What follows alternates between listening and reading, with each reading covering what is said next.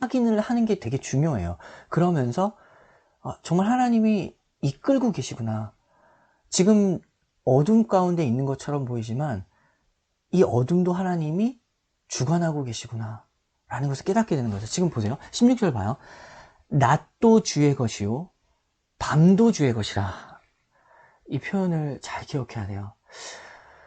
우리가 신앙생활 되게 잘한다고 생각하는 하나님 안에서 영적인 낮에 있는 그 생활도 주의 것이지만 밤도, 어둠 가운데 있는 밤도 주의 것입니다 라는 표현을 하게 되죠.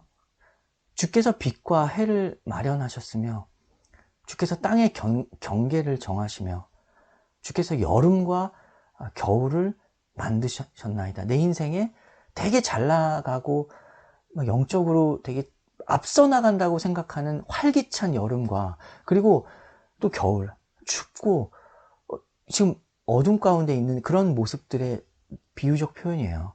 그 모든 것들을 다 하나님이 주관하고 계신다는 사실은 놓치면 안 돼요. 그게 우리의 힘이죠. 세상과 다른 평안을 누리는 힘이에요. 하나님은 낮도 주관하시고 밤도 주관하신다. 그리고 여름과 겨울을 하나님이 주관하신다.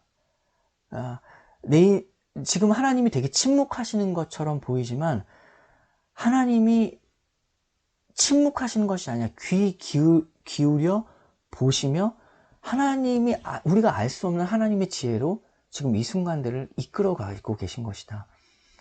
내가 때로 세상과 하나님을 동시에 섬기면서 지금 징계를 받는 순간일지 모르나 징계를 통하여서 하나님은 결국에 나를 더욱더 하나님을 찾게 하는 것. 그러니까 광야를 지나며 이런 노래도 있고 또 밤이라는 것도 있는데 어둠이라는 것에 참 특별함이 있어요. 터널이라는 것에 특별함이 있고 내 인생에 어둠에 특별함이 있는 게 뭐냐면 우리는 어둠만 보는데 희미한 빛이라도 굉장히 강렬한 빛이 되는 게 어둠의 시간이에요. 그러니까 옛날에는 지금 뭐 개인의 삶을 먼저 말하기 전에 교회를 얘기해 볼게요. 예배가 너무 당연했고 가면 뭐 예배 드린 느낌 나고 지금은 그렇지 않아요. 장소가 없으니까 온라인 아까도 얘기했듯이 예배를 정말 이제 잘 드리는 것 그리고 이런 것들이 이제 되게 분별이 되기 시작했고 더 애를 쓰는 마음들을 우리에게 주시기 시작했대요. 생각도 안 했는데 가면 그만이었는데 근데 이제는 생각을 하게 됐잖아요. 그러니까 생각을 하게 됐다는 거는 어둠 속에 그러니까 어려움 속에 속해 있을 때 오히려 되게 작은 것 하나가 특별하게지기 시작했죠. 예배 드리는 것 그리고 우리가 찬양하는 것 이런 것들이 되게 특별함을 주기 시작했어요. 특별하지 않나? 그러면 그러니까 어둠과 터널 그리고 어떤 광야 이런 것들은 광야에서 물 한 모금이 얼마나 소중하겠어요. 맨날 먹었던 지금 평안하게 살다가 그냥 생수 하나 먹은 거 뭐 감동도 없죠. 근데 광야에서의 물 한 모금과 광야에서의 하나님의 생명의 말씀에 떨어짐 하나가 얼마나 특별해지겠냐고요. 이런 상황 속에 있을 때 그 빛이 굉장히 커지는 거예요. 그런 어둠에 속한 일들이 있을 때. 그래서 주님께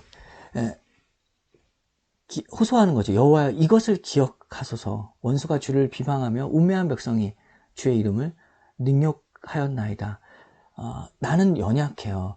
19절 주의 맷비둘기의 생명을 들짐승에게 주지 마시며 맷비둘기는 연약하고 가난한 아주 힘이 없는 그래서 19절 주의 가난한 자의 목숨을 영원히 잊지 말아주소서. 들짐승이 한번 물으면 죽을 수밖에 없는 한 번 그냥 물으면 죽을 수밖에 없는 맷비둘기 그 연약한 가난한 그리고 주의 가난한 자의 목숨을 잊지 말아달라고 주님께 간절히 붙잡게 되는 거죠. 간절하게 어둠 속에서 그리고 광야 속에서 이러한 것들을 누가 겪었죠? 요나가 겪었죠. 하나님을 알지만 지 맘대로 갔던 요나가 그 물고기 뱃속, 그 어둠 가운데서 기도하는 모습이 있어요.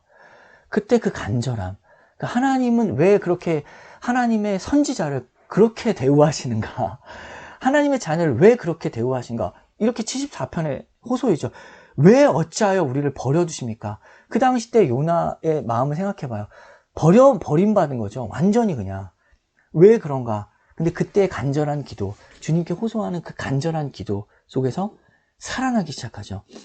그리고 그에게 있어서 한 가지 위로가 무엇이냐면 22절이에요. 하나님이여 일어나 주의 원통함을 푸시고 우매한 자가 종일 주를 비방하는 것을 기억하소서라고 되어 있죠. 지금 74편의 1절에는 어찌하여 하나님 이러십니까? 그러니까 자기의 원통함을 말했는데 22절 보니까 하나님이여 일어나 주의 원통함이라 라고 되어 있어요. 주의 원통함.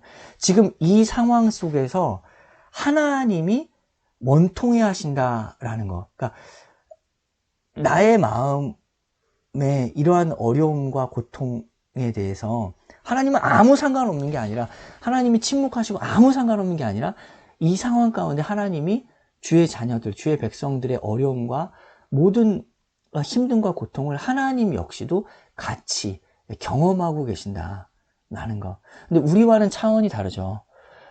하나님의 마음 아프심은 우리와는 차원이 다른 마음 아프심이에요. 우리는 그냥 우리 상황 때문에 그렇지만 하나님은 이 상황 속에서 왜 이렇게 이 상황 속에 갈 수밖에 없었느냐. 내가 끊임없이 그렇게 말했고 돌아오라라고 말했지만 이 여기까지 갈 수밖에 없었던 상황, 그리고 내가 매를 들 수밖에 없었던 상황 속에서 너의 고통에 대한 하나님의 마음 아프심이 있다고요. 같이 하나님도 마음 아파하신다는 것을 보게 되는 거죠. 그러니까 나만 아픈 게 아니에요. 지금 어려움과 고통과 터널 속에 있을 때 나만 지금 힘든 게 아니라 이 상황까지 갈 수밖에 없었던 나 자신, 그리고 이 상황에 보낼 수밖에 없었던 하나님의 마음 아프심이 있다는 것을 꼭 기억해야 돼요. 하나님 역시도 아프시다. 자녀들이 아플 때 하나님도 아프다. 자녀들이 고통스러울 때 부모가 아픈 거예요. 나 혼자 아픈 게 아니라고요. 이것을 깨닫게 되는 거죠. 여기 보세요. 사도행전에 이 말이 나와요. 사도행전 9장을 보면 주님께서 사도 바울이 회개하는 순간 속에서 예수님께서 이렇게 말씀하셨어요. 사도행전 9장을 보면 사도행전 9장 사울이 주의 제자들에 대하여 여전히 위협과 살기가 등등하여 이렇게 돼 있죠. 그러니까 바울이죠. 사울이 제자들을 다 죽이려고 해요. 주의 제자들을 살기가 가득하고 위협하고 어떻게든지 잡아서 쳐넣고 죽이려고 한다고요. 그때 그러한 사울에게 예수님께서 다메섹 도상에서 부활하신 예수님이 나타나셔서 빛이 비추게 되죠.